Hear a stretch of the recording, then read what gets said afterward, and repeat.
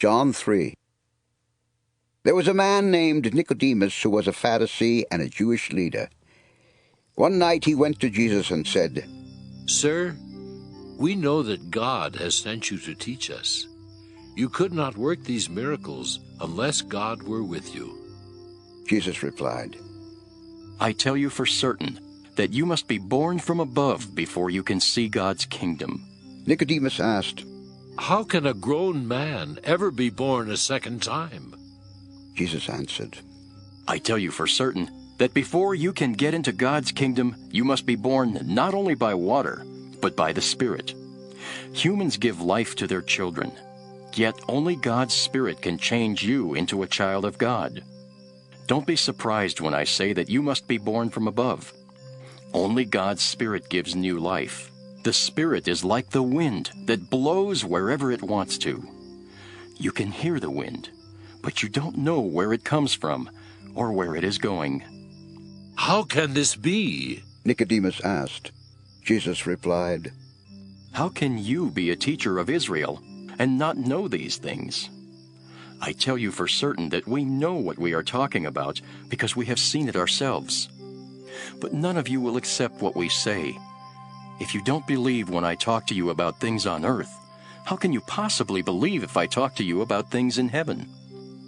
No one has gone up to heaven except the Son of Man who came down from there. And the Son of Man must be lifted up, just as that metal snake was lifted up by Moses in the desert. Then everyone who has faith in the Son of Man will have eternal life.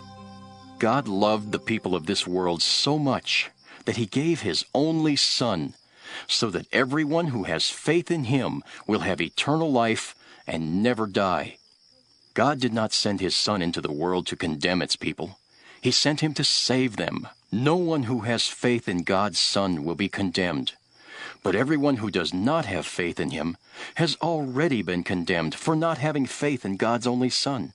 The light has come into the world, and people who do evil things are judged guilty because they love the dark more than the light.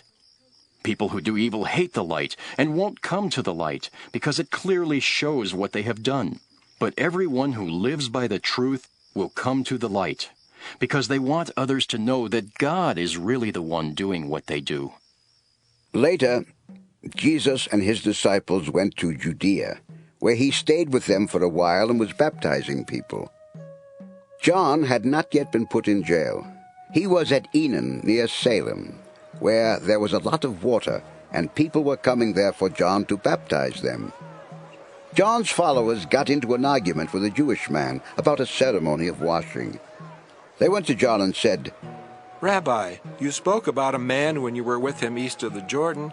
He is now baptizing people, and everyone is going to him." John replied, No one can do anything unless God in heaven allows it. Surely you remember how I told you that I am not the Messiah? I am only the one sent ahead of Him. At a wedding, the groom is the one who gets married. The best man is glad just to be there and to hear the groom's voice. That's why I am so glad. Jesus must become more important while I become less important. God's Son comes from heaven and is above all others. Everyone who comes from the earth belongs to the earth and speaks about earthly things. The one who comes from heaven is above all others. He speaks about what he has seen and heard, and yet no one believes him. But everyone who does believe him has shown that God is truthful. The Son was sent to speak God's message, and he has been given the full power of God's Spirit. The Father loves the Son and has given him everything. Everyone who has faith in the Son has eternal life. But no one who rejects him will ever share in that life, and God will be angry with them forever.